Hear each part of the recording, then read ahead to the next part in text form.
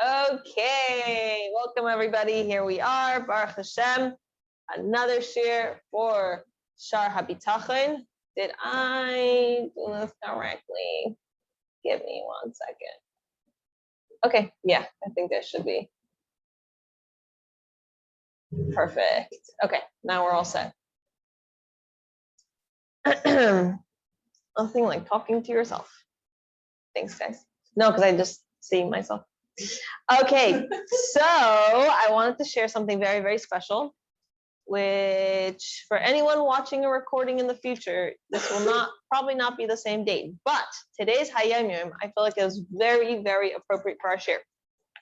So I'm going to read it and then we're going to explain and then we're going to go into the book. So there are 3 kinds of meditation. They are, all right, A, meditation associated with study. After a person understands a concept thoroughly, he meditates on its depth until its intellectual content illuminates him, right? So thing 1 is that when you study something, which studying in of itself isn't meditating. Studying is studying. Then to sit for a moment and think about what you just studied, that's called meditating. Okay, so number 1 is you studied something and you're going to sit in your mind and you're going to review it. That's meditate, or think about it, or think about how it applies to you, or whatever. B, meditation before praying.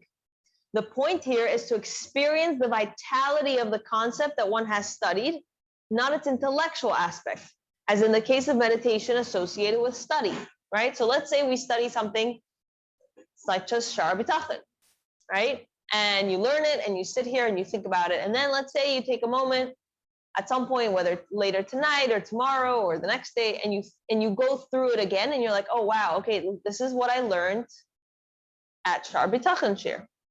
Then right before you daven, you're not trying to review the points. A lot of people get this messed up. It's not that you're trying to remember, the question was this, like in a sikha, the question was this, and point number 1 was that, and then the Rebbe said it's not good because of that, and then it's point number 2, and then the Rebbe said it's not good because, right?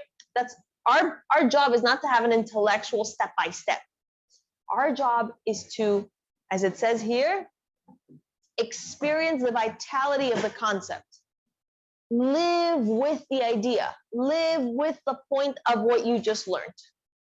And number 3, or C, meditation in the course of prayer. The purpose here is to sense the divinity within the concept one has studied. So for example, we learned Shaar HaBitachon, right? Now tomorrow morning you sit and you're like, okay, we discussed this point and this point and this point. Beautiful, very nice. Now, right before davening, you said, how does this make me feel? How am I feeling more calm? How am I feeling like I have more bitachon in Hashem? How do I feel like I can relax? Like, how do I connect with this in a non-intellectual point by point, topic by topic way? And then while you're davening, you want to connect to the source of it, which in bitachon is pretty simple because the source is trusting in Hashem. So therefore it's Hashem. So then when you're davening, you can think about and connect to the divine source. The fact that this Shaar HaBitachon is a book, but that book is trying to help you live a more godly life, because who's in charge and who takes care of everything? Hashem. And that's the process. A lot of people, I remember when I was learning how to daven, and a lot of people are like, okay, while you're saying the words that you mumble by heart, think of all the points you learned in the mimer that you learned in the morning. It's like, no, we're having different, this is like not, scatterbrains. You end up like, blah, blah, blah, blah, while thinking about something else. No, think about what you're saying, and the feeling that you get is to connect to the source of everything, which is Hashem. So while you daven, you can live with Shaar HaBitachon by connecting to Hashem. These are the 3 rungs of the ladder of spiritual sensitivity, right? So we go from learning something and thinking about it, to connecting to it before davening, to during davening connecting to the source of it, which is Hashem. And it's a ladder of spiritual sensitivity. At times, solely due to Hashem's grace, one senses divinity without any form of service, right? So we could just have like wonderful davening just because Hashem wants us to have wonderful davening. This is as a result of the essential quality of the soul. However, with regard to divine service that stems from our own initiative, the above 3 steps are necessary, right? So I think this is a very appropriate time because, as I hope everyone's doing, you're hopefully reviewing what we learned and you're able to implement it into your life, and how much more so you're able to do so through davening. Okay, so am I screaming? You guys can hear me? Great. Now, we are in this Sefer. We are, Baruch Hashem, still in the introduction. Don't worry, chapter 1 is super short, so I know the introduction feels very long. Chapter 1 is literally like 2 pages. So we're getting there, We are currently on page, we left off on page 13. And for anyone who didn't yet listen to last week's had a lot to do with parnasa, a lot to do with how much we stress about our income and how much we stress about where the money's coming from and all that. So that was last week. And now we're going to discuss peace of mind and serenity. And again, we're going to go back. This is just introduction. We're just getting a little taste of each of these topics. And then through Shaar HaBitachon, we're going to discuss them more in depth. Okay, so let's start with that. So we are page 13 in the middle where it says peace of mind and serenity. Okay, among the Torah benefits of bitachon, a person who trusts in Hashem, his trust will bring him to turn his heart away from a preoccupation with worldly matters and instead dedicate himself to matters of divine service, right? So last week we said, if we spend a lot of time stressing about, oh my gosh, how are my bills going to get paid? How is money coming in? What's it going to be? Is my check really going to come? What if my check comes and then I get a parking ticket and then half the check goes there? And at the end of the day, we could spend a lot of time where our heart is so stressed and our mind is so stressed about parnasa that we end up not really focusing so well in our divine service. And how can we connect to Hashem?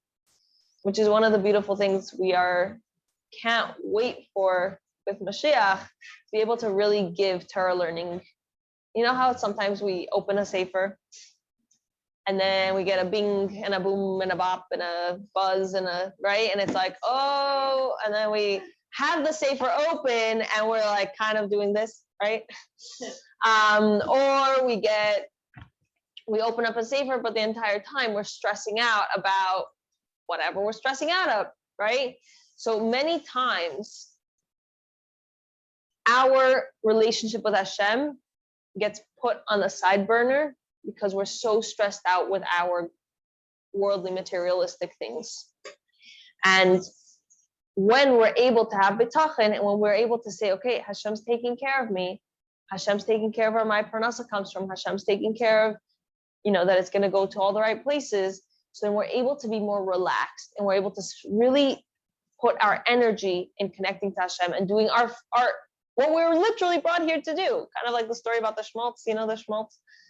This guy goes to this other country where he hears that there's diamonds everywhere, and he arrives there and there's diamonds, push it everywhere. He starts sticking his pockets full of diamonds and diamonds and diamonds, and then he gets hungry after all this diamond search.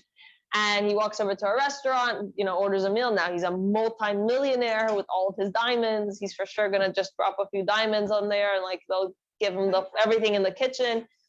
And he goes to pay and he drops off 2 or 3 diamonds. And the guy's like, what is this? Why are you putting that here? He's like, what do you mean I'm paying for my food? No. Over here, our money is schmaltz, chicken schmaltz. So the guy then has to go roll up his sleeves, get into the back of the kitchen, wash and scrub until he makes enough money to get some chicken schmaltz. And he finally gets chicken schmaltz, and he spends months and months and months acquiring more and more chicken schmaltz. And through this process, he becomes a multi-million chicken schmaltzer.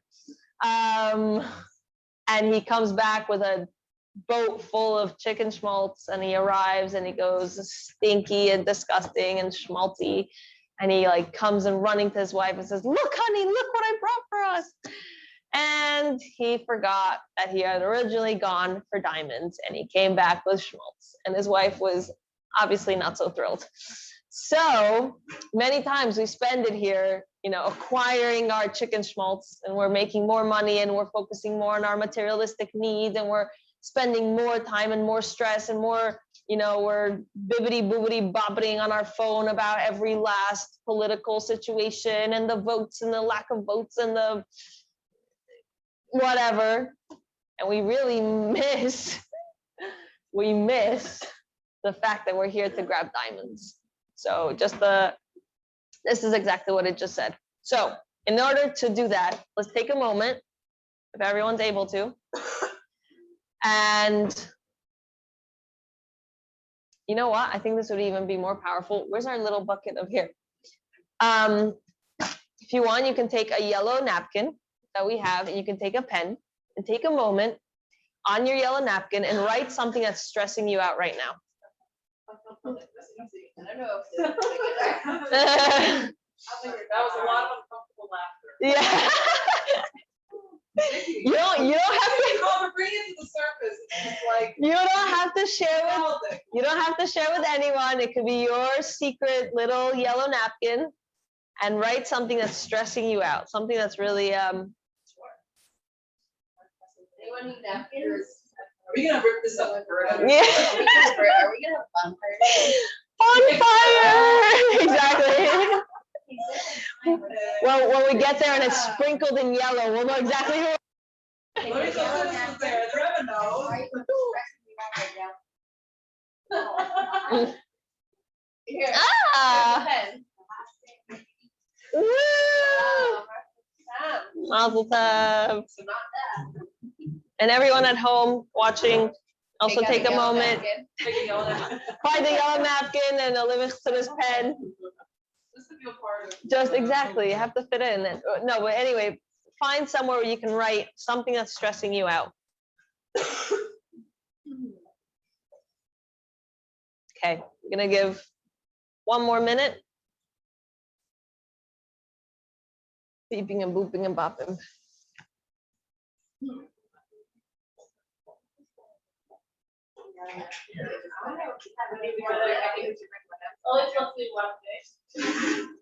Yeah. How many things do you want? Let's start with one, as many as you want, but let's start with one. Oh, well, in that case, You can write more. Okay. Kind of all related. Now, if you take a moment, no, you can do as many as you want. Go. But if you take a moment and if you were to know that the thing you're gold napkin now. Next person's turn. The thing that you're stressed out about, imagine if you already knew that it was going to work out. And it was going to work out for the best, like exactly the way that you think. Exactly the way that you think is the best. That you think. Exactly the way that you think is the best. Okay? So now it all worked out. It's all. Imagine how it could work out. Okay. That's funny. I feel like well. I'm a real pessimist in this particular area. Okay.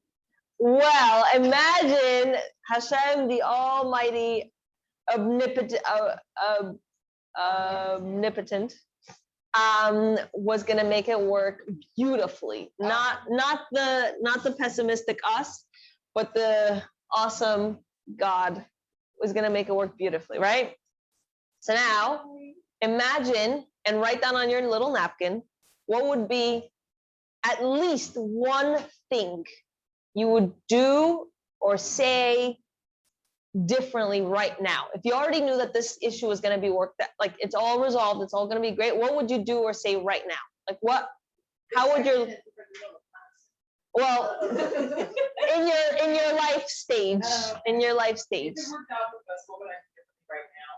Yeah, like what would be different for If you? I knew that it's gonna work out perfectly, exactly Yes. how I want it, Yes. better, let's say, what Yes. I do right now. Yes, correct. Okay. Other than listen to Shaar, like I mean. Other than being classic. Exactly. Well, what would you do right now? Like what would be different? How would you be different? What would you say? What would your attitude be? That's a good start. Okay. And write that down.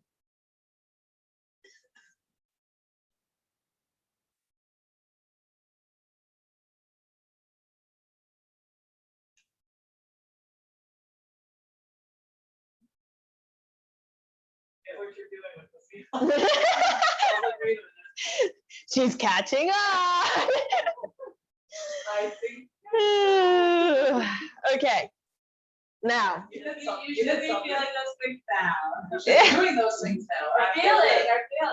Yeah, well, no, my response is feeling. I'm just like relieved. Okay, that's fine. Feeling different is also good.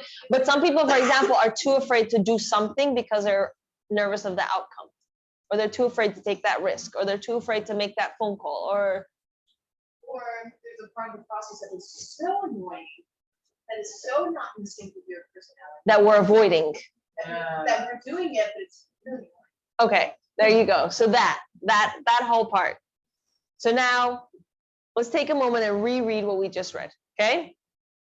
Among the Torah benefits of bitachon, a person who trusts in Hashem, his trust will bring him to turn his heart away from the preoccupation of worldly matters, right? If we knew that everything was going to work out, we would not be stressing out about these worldly matters, and instead dedicate himself to matters of divine service. Now, let's go down in the little asterisk thingamabobber. Dedicate himself to matters of divine service. A primary disturbance of man's divine service is material worry. How will he provide for his family? How will he attain his needs? A person who trusts in Hashem will provide, that Hashem will provide, will not have to battle these concerns, and this peace of mind will allow him to dedicate himself to divine service. So by us not being stressed out, how would our lives change? Not only will we feel relief, but we'd probably have better ability to make the right priorities in our life. We would probably spend less time, honing in and focusing on that thing that's stressing us out, and therefore we'd have more time to do what we're really meant to do in this world, right? What's our real purpose here? And that's what we would have more time for. They say worry is like a rocking chair. You feel like you're moving, but you're not going. I love that. Worry is like a rocking chair. You feel like you're moving, but you're not going anywhere. That's exactly. I've heard it said, it's that concept, but I've heard it said in a better way, but that's the concept. I live with that. I live with that. I think you're accomplishing something, but if you're just You're just going back and forth and back and forth and back and forth. You're not going anywhere. It's as good as a stationary bike. Right. If you want to go somewhere, if you want to work out. That's a different story. That's not your compass. Okay. In terms of the tranquility of his soul, peace of mind, and lack of worry regarding worldly matters, he can be compared to an alchemist, which is a person who knows how to transform silver to gold and copper to iron to silver through his talents and efforts.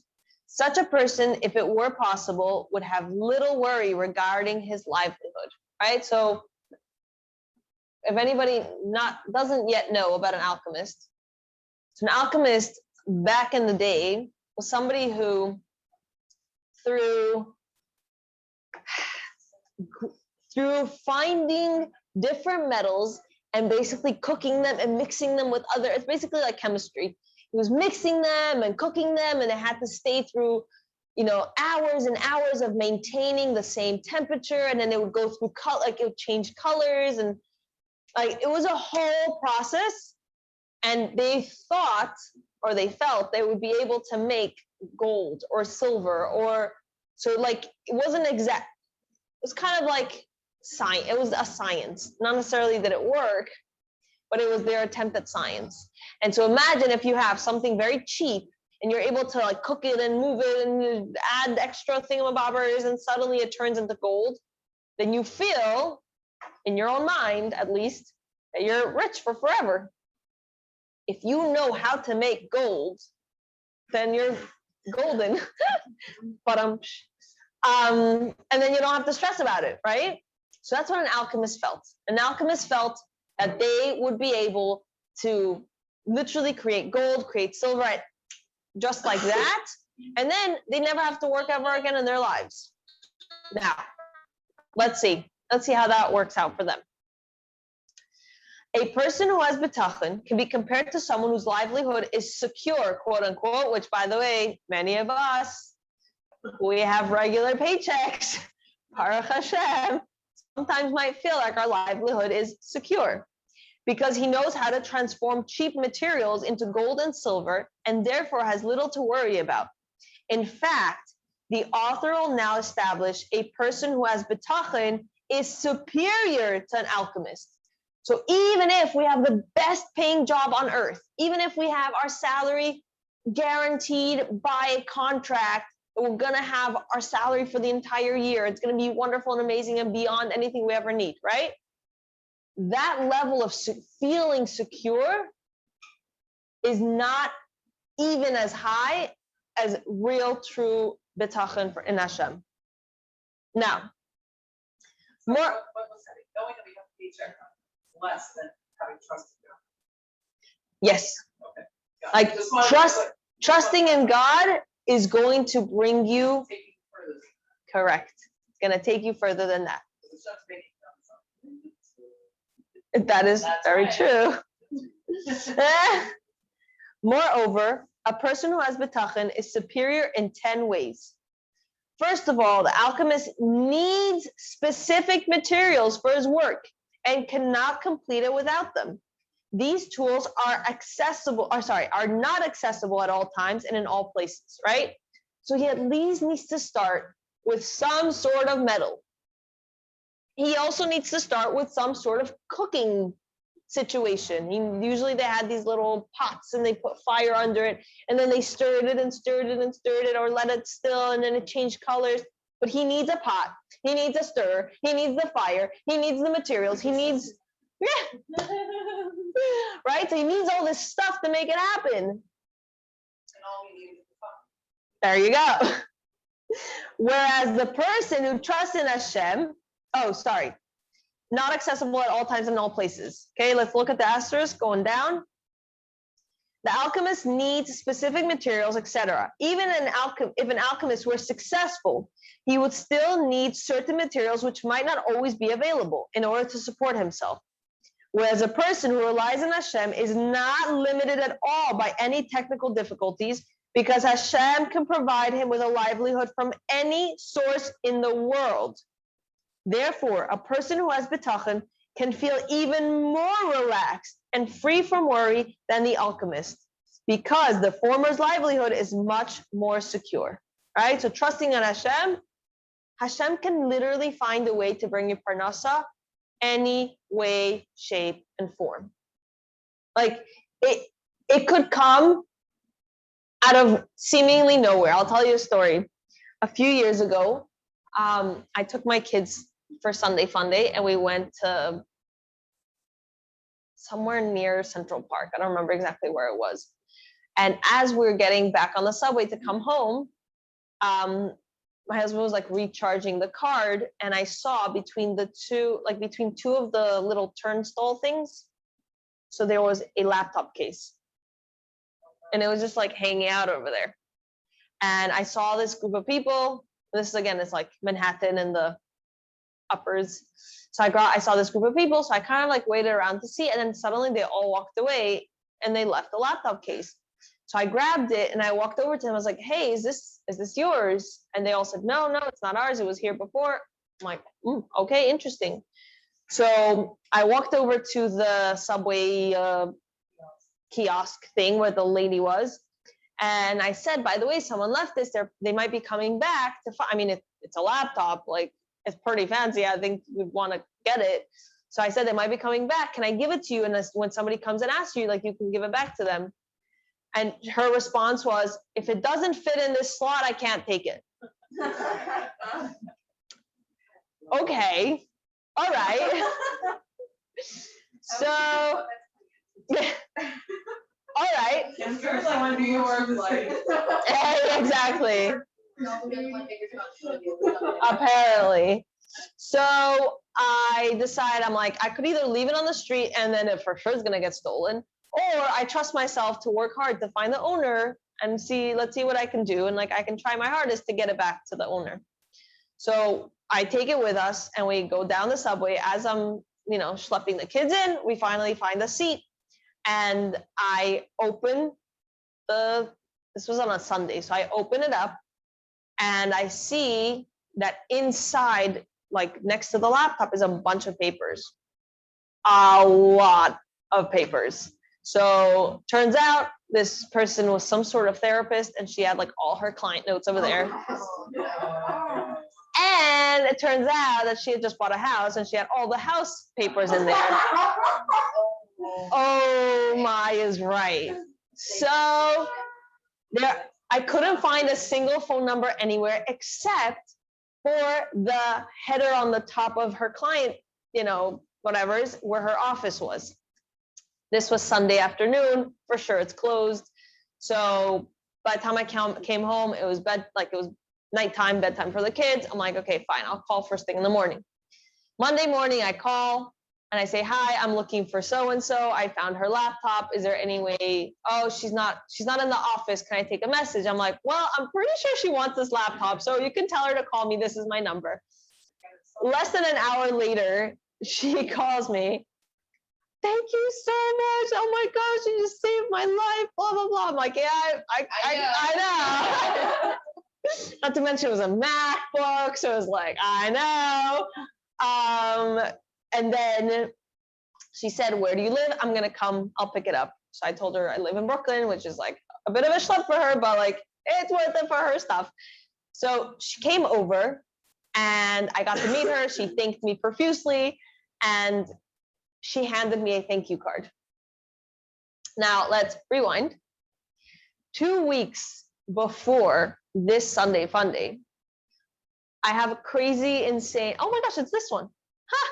I have insane, miraculous sheitlach, like miracle stories of sheitlach.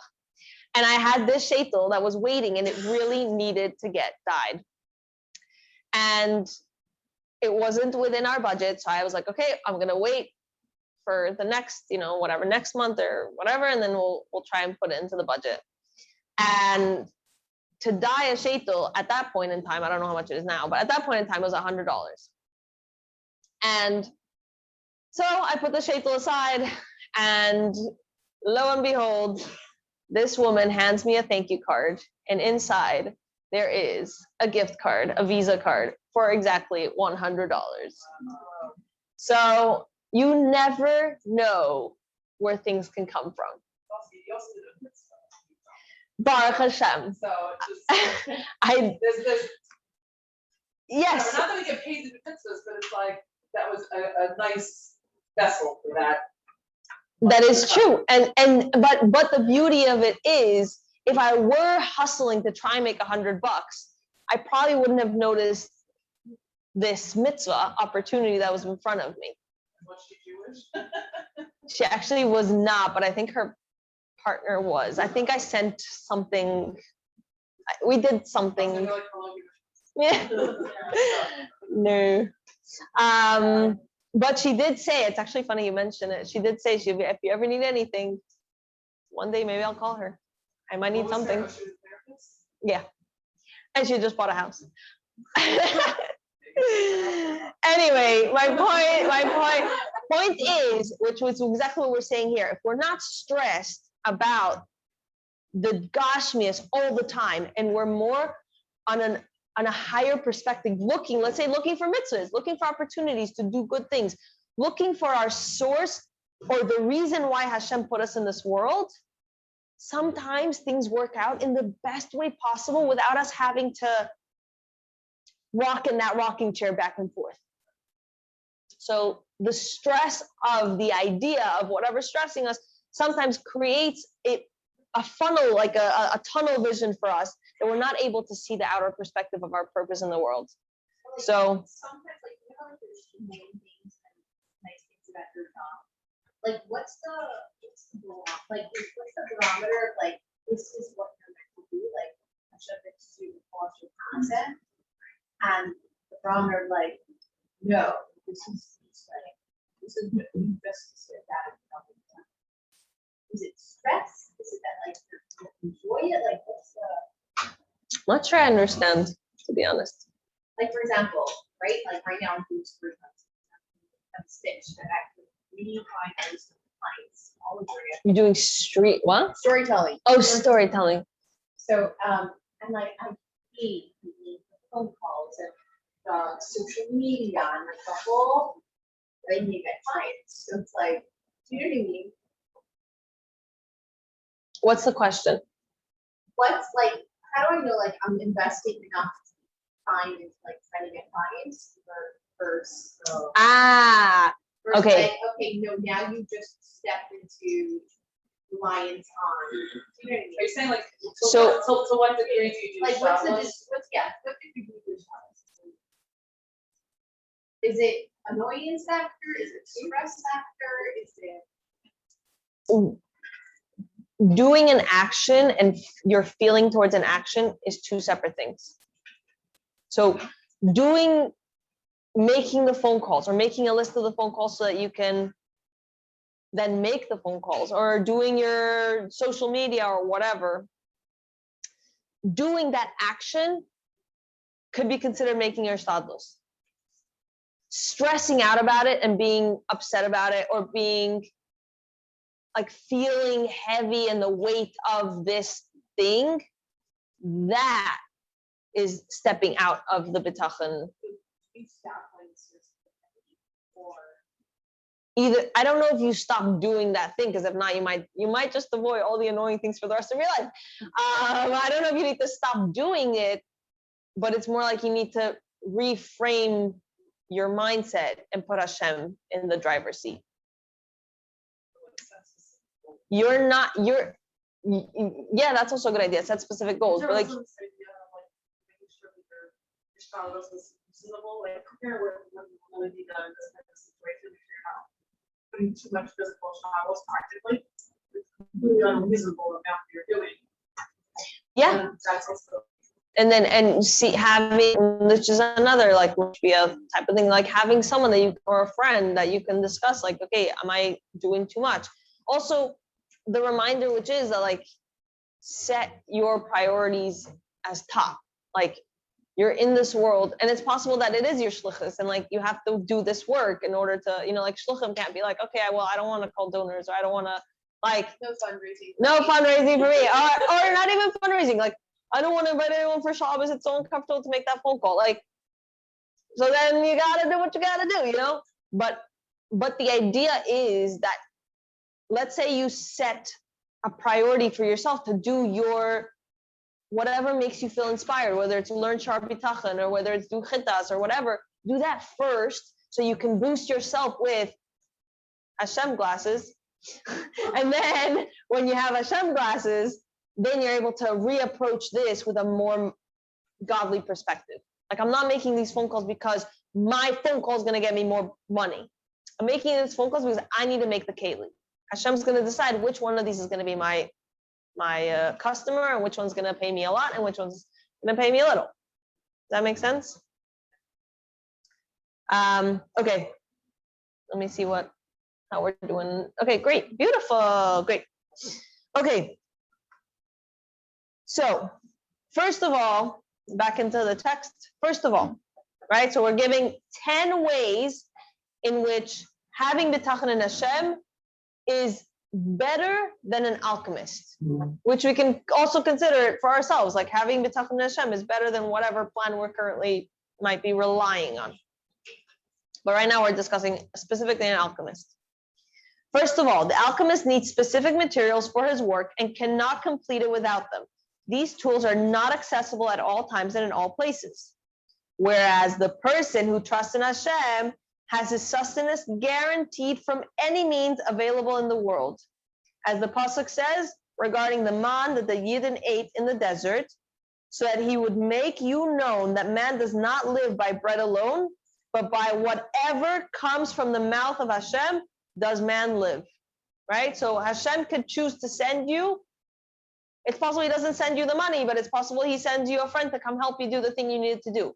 Or it's possible he doesn't give you exactly the paycheck how you wanted it, but then somebody drops off dinner and like, oh wow, great. I don't have to pay for tonight's dinner. Or like, it can come in any way, shape, or form, and Hashem's able to do that. Find a laptop, exactly.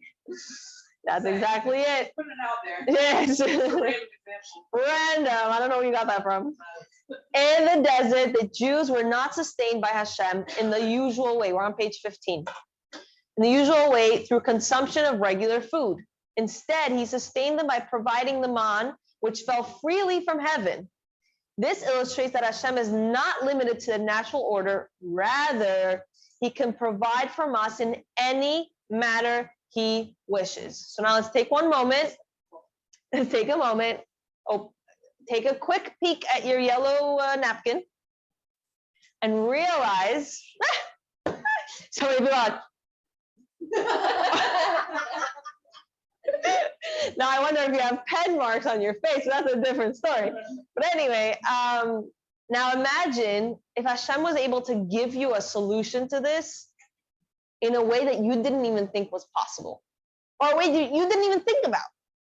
Like, it's possible that Hashem is going to give you the perfect answer, even though it's not the method of the exact cookie cutter path that you had in mind.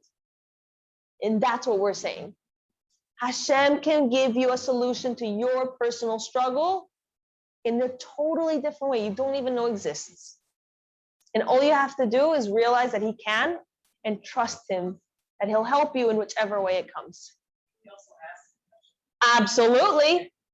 We must ask Hashem. We do that at least 3 times a day, or 2 and a bit.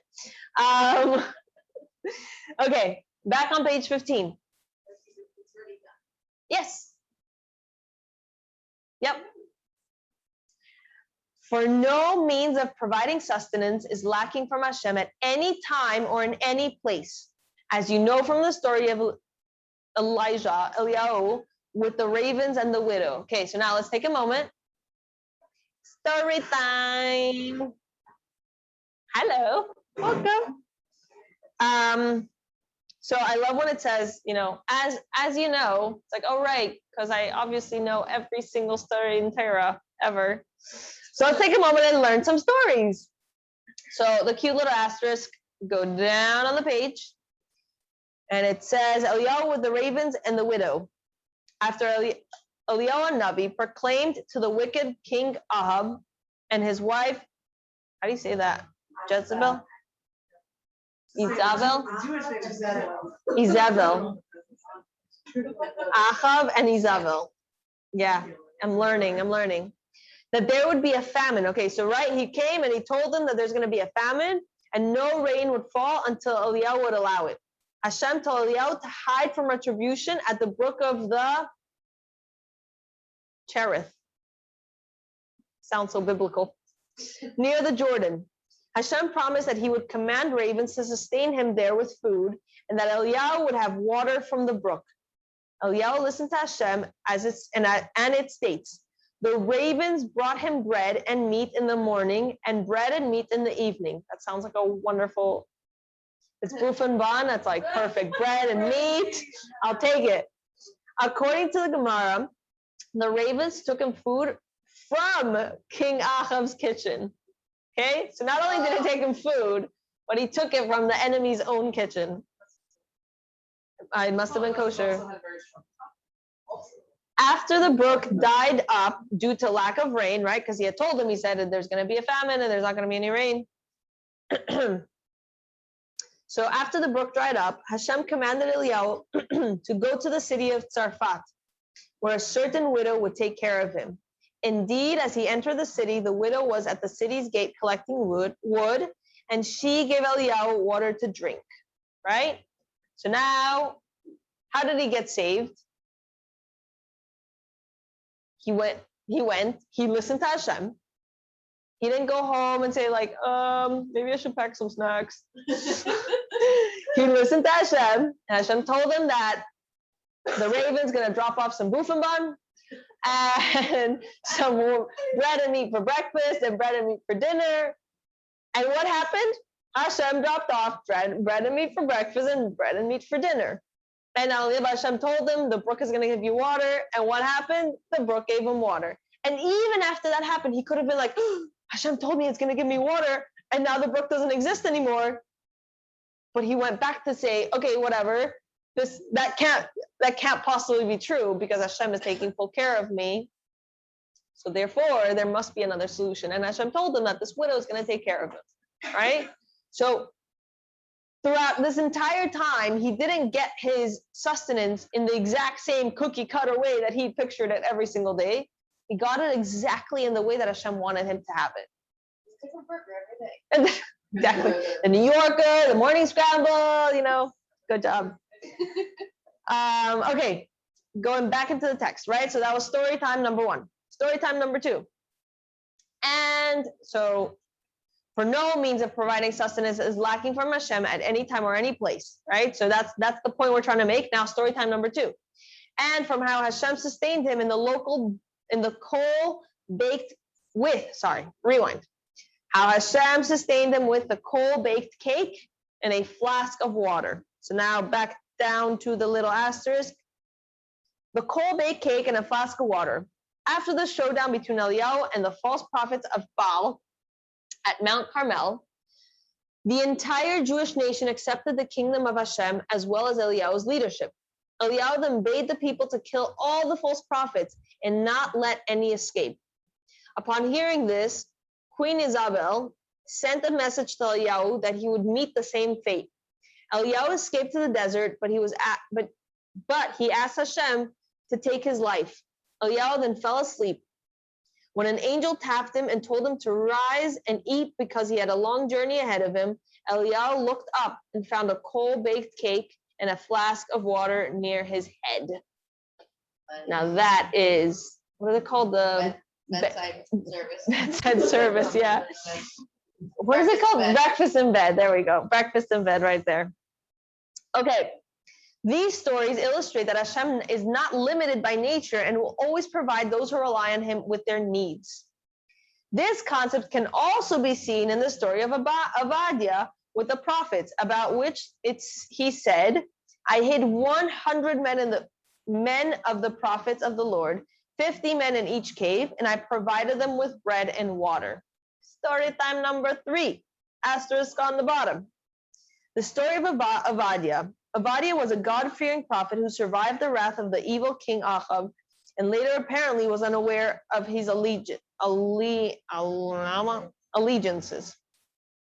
When the wicked Queen Isabel had the prophets of Hashem killed, Obadiah, who was spared by the king, saved 100 prophets. Despite their dire situation, Hashem found the way to feed these prophets through Obadiah. How powerful is that? So he literally saved 100 of them. Can you imagine? That takes right an hour to tell you. You're going to have to feed 100 people hidden in 2 separate caves. I think a few people might have like panic attack, to say the least, right? And he somehow figured it out. Hashem helped him. Hashem was there. So sometimes we have a plan. Sometimes we have, something falls on our lap and we're like, oh my gosh, how am I going to plan a Sunday fun day in less than 3 days? And then Hashem helps you. Can you call Michal? But in reality, sometimes when we rely on our own ability, we're not able to see the true extent of our potential, and we're not able to see that Hashem has already given us the ability to do so. And it might not be the cookie cutter exact way. Like Obadiah, I don't know how he did it, but he figured it out.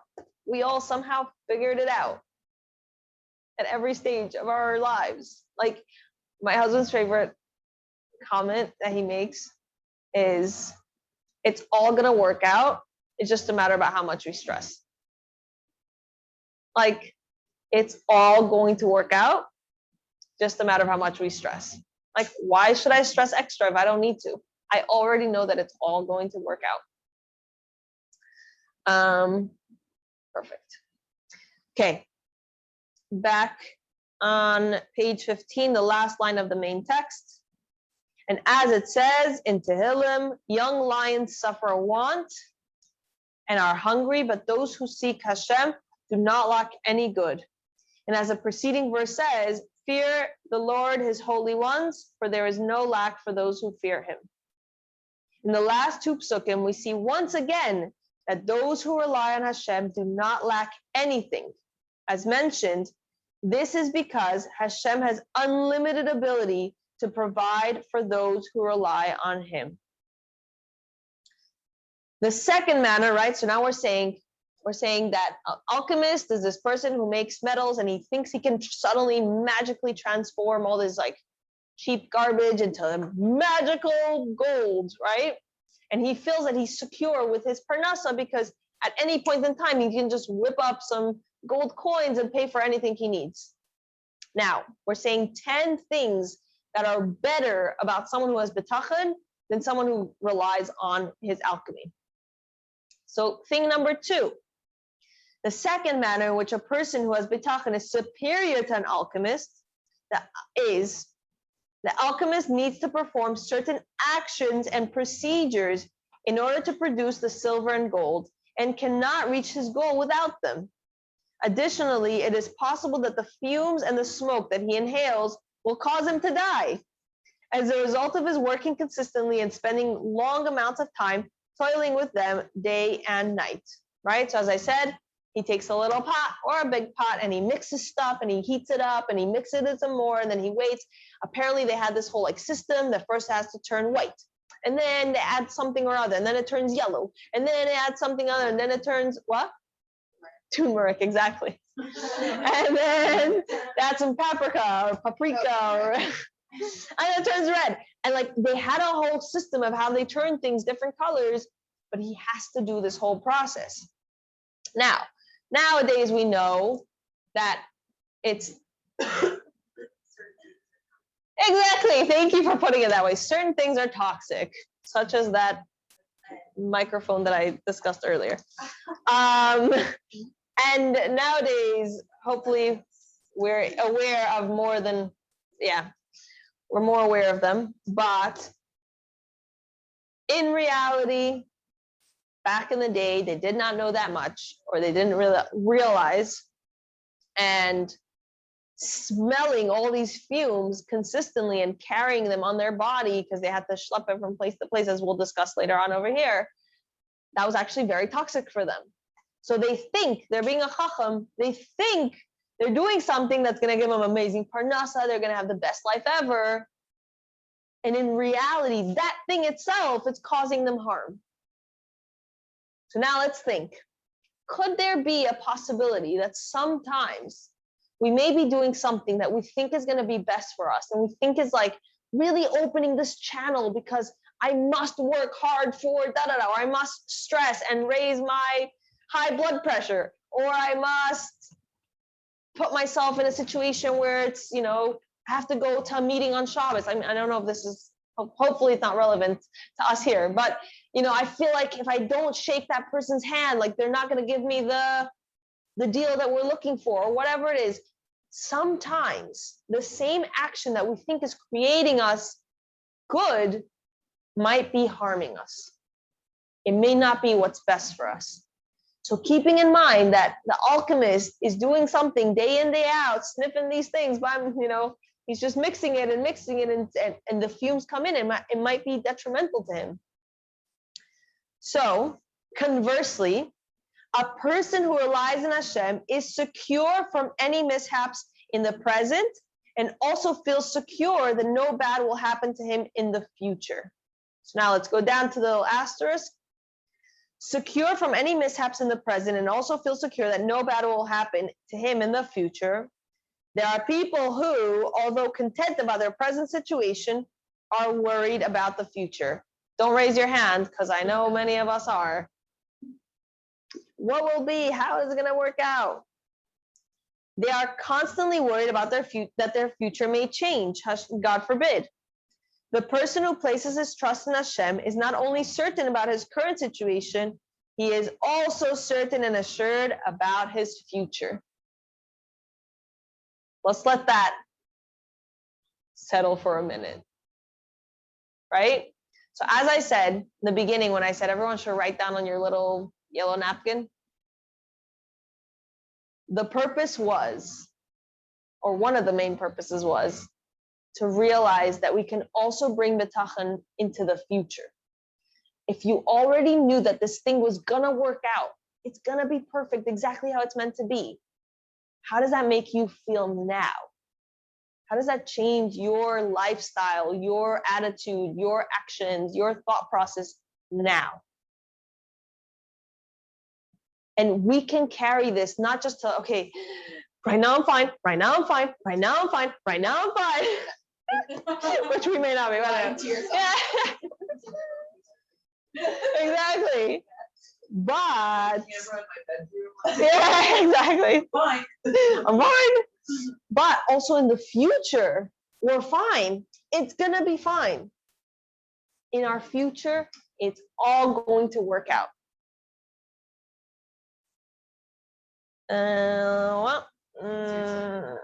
Here. Oh, yeah. What? Yes, and that's why we come to the Bitachon Shir. Okay. We can bring about it together. Uh-huh.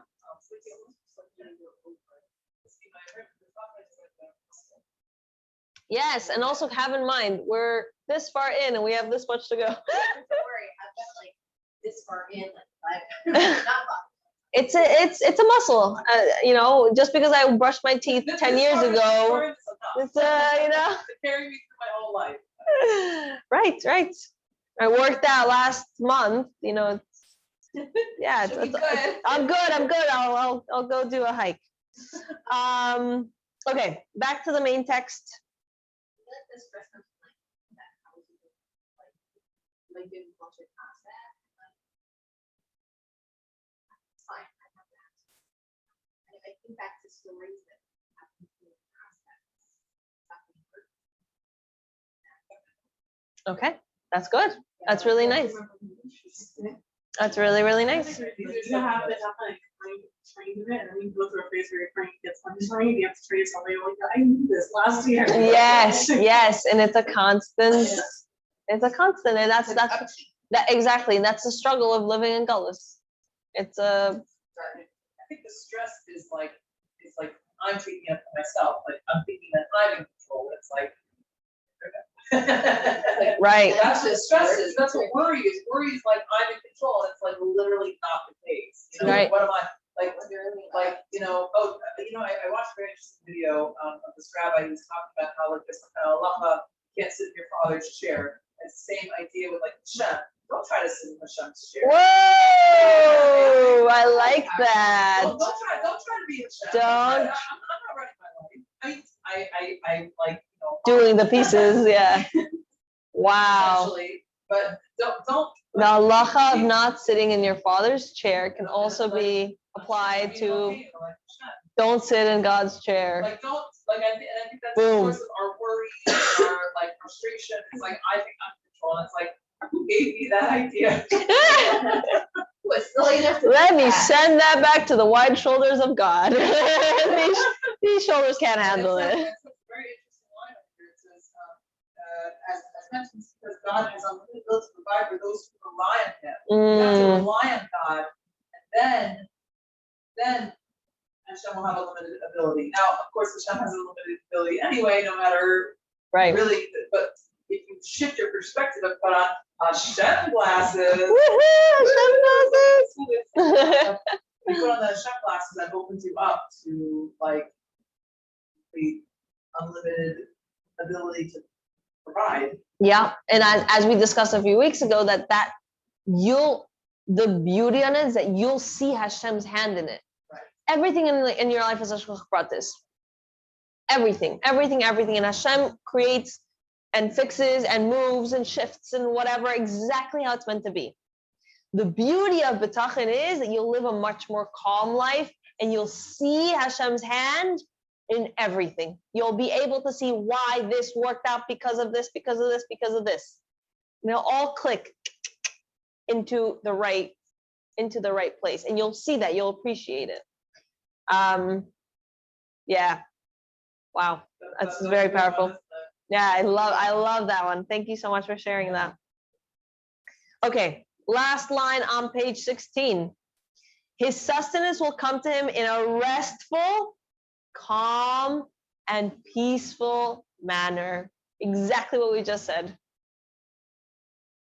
You can be relaxed because Hashem is going to take care of you, and it'll come to you in a restful, calm, and peaceful manner. Since yes. Like this is very units, but there's just like kind of like that wants to be stuff, not like physical like money, but like you need to use your talent or your time, like it's like an emotional need sustenance or you know what I mean? Emotional sustenance, right? Like you have more sustenance. It's worrying about other. Well, yeah, like different forms. Give us some example. I'm hearing what you're saying, but I'm not sure I'm understanding it. Not only okay, I know Hashem's providing honesty. Most people, like most, especially for single world, it's pretty easy to get yourself a job that, especially like with money. Okay. It is, but like to find a job that not only pays your bills, but also you feel emotionally satisfied, like mentally satisfied, like it's using your talents and your skills. Oh, the job itself. Yeah. Oh, yeah. So this applies to everything. This applies to a husband. This applies to your parent-child relationship. This applies to your strife with your roommate. Like, absolutely. This applies to all aspects. Not sustenance doesn't just mean parnasa. It means All aspects. Clarity, like your ability to succeed, your personal tafkid in the world. You'll see your gifts that need to be brought out. Yeah. Like we're saying how Hashem provides for everything, and we're saying that he's good, but Galus equals ups to the road, no matter what. Yes. So even for sure, who's and us here, they had hard lives. So for you to tell me to trust Hashem, and for me to know that whatever you do, somebody will be good, but that I'm going to be paying for different things that are harder. How are we supposed to trust? I feel you. You have I think in the kitchen.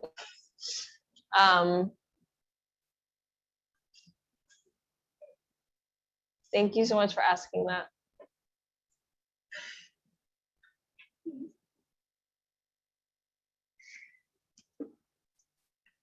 I should have brought it. It's actually this is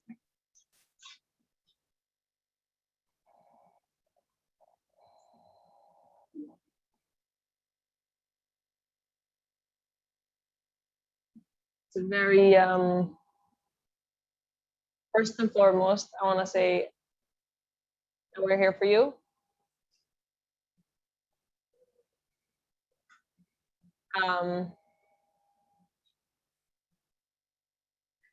It's very interesting that you asked this question right now, because I was having a similar conversation with my husband this past week. And that's what I was hoping you'd find. Thank you.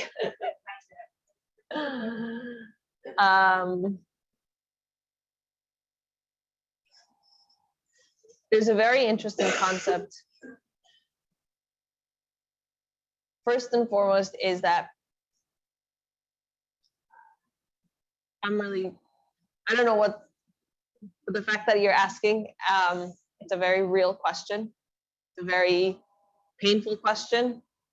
It's a very hard question, and I can't say there's an answer. Like, and I actually had, so the question is for anyone who didn't hear it yet, and you can tell me if I missed any point, but the general idea of the question is, Tachan is all nice and good and dandy, but the fact is that the time being, the Skullis is bitter and it's dark, and even if everything is wonderful and beautiful, there's still going to be challenges. There's going to be pain. There's going to be struggles. There's going to be hardships. And sometimes those hardships are really, really hard. And even the highest tzaddikim who had the highest levels of bitachon also lived a very painful, went through some very painful experiences.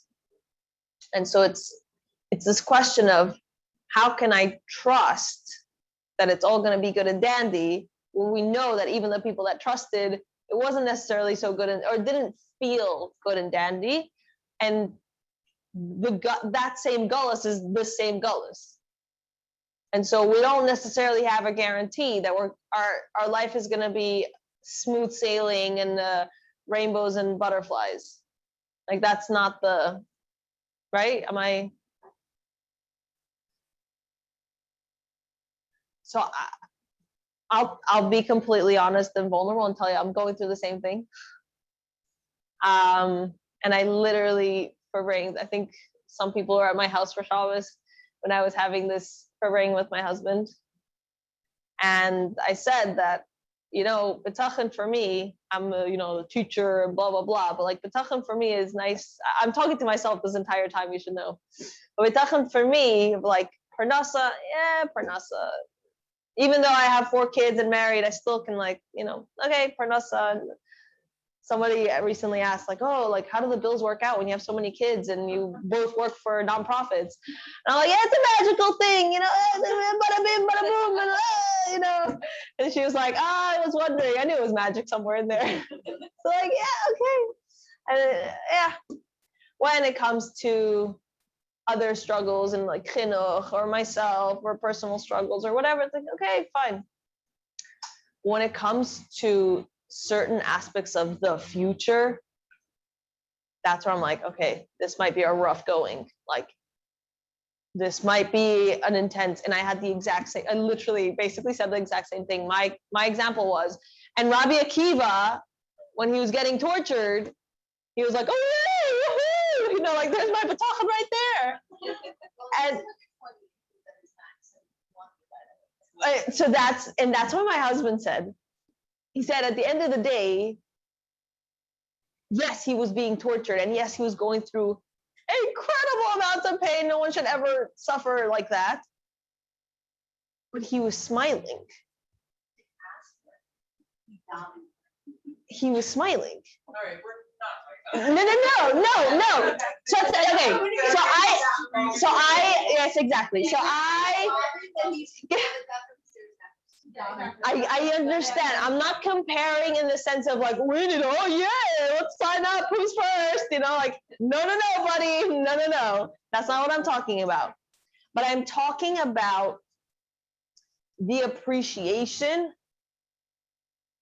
that pain is pain, and that pain needs to be acknowledged, and it has to be dealt with, and it has to be worked through, and we're not meant to be going through pain.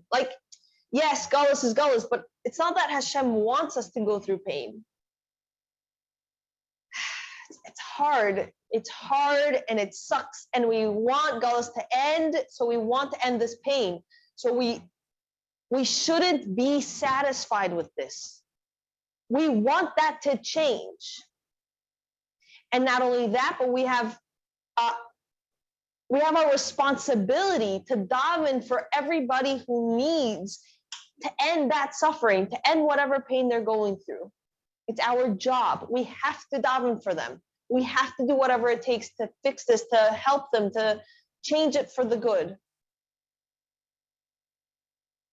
And it's interesting because whenever we do a we've done a few different types of Tanya courses. Whenever we do a certain chapter, a very painful chapter, I always say that this chapter is better learned when you're not going through the pain yourself. Because at that point, it's hard to feel it. But sometimes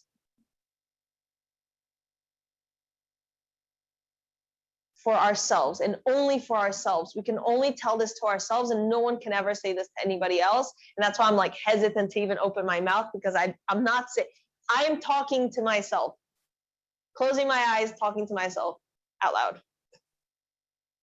Sometimes the pain that we go through could lead to a greater outcome in us, a greater outcome for ourselves and a greater outcome for those around us. And I know for a fact, I know that some of the most painful experiences I've dealt with in my life, Hashem has given it to me because I'm meant to gain something, and because I'm meant to turn around and help someone else with that something. Does that mean that I'm super happy and excited about all the pain that I went through? And I'm not. And it's stuff that needs to be dealt with and discussed in a mishpia or therapy, or a good cry on the couch with a best friend. Been there, done that. But at the end of the day, and I'll tell you, I know this is recorded, but one of the most painful things I went through, I actually went to a specific type of, I guess, therapy modality. And she was trying to release the trauma of it. And she kept trying to do something. And at one point I told her, I was like, it's not going to work, because I don't want the memory to go away. I want the trauma to go away, but I know that the lessons that I'm learning, Hashem put me in this position, in this situation right now, because Hashem put me in this situation with this experience right now, because I know at some point, and I hope never to, but I know at some point I'm going to help someone else with this. I'm going to turn around and be that support person for someone else who goes through this experience. She was blown out of her mind. She's like, I don't know what to do with you. But at the end of the day, I came out and I did not have the trauma. I didn't smell the scent and whatever anymore, but I definitely have the memory of what happened. And I definitely had the lessons that I learned through that experience.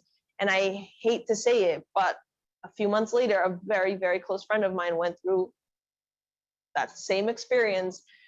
And I said, okay, Hashem, I got your message. I meant to be that support person for her. And I was able to sit and cry out with her and be in her pain. And so you can't say that to anybody. You can't say that to anybody. But for ourselves, we should realize that whatever it is that we're going through, we should try our hardest to minimize the pain, obviously. It's not like, okay, I'm a martyr, like, give me more. Chas v'shalom. We should try our hardest. We should reach out for help. We should never, ever feel alone. Someone's always there with you that you can turn to. Whoever it is, you can call me if you need someone to just talk to.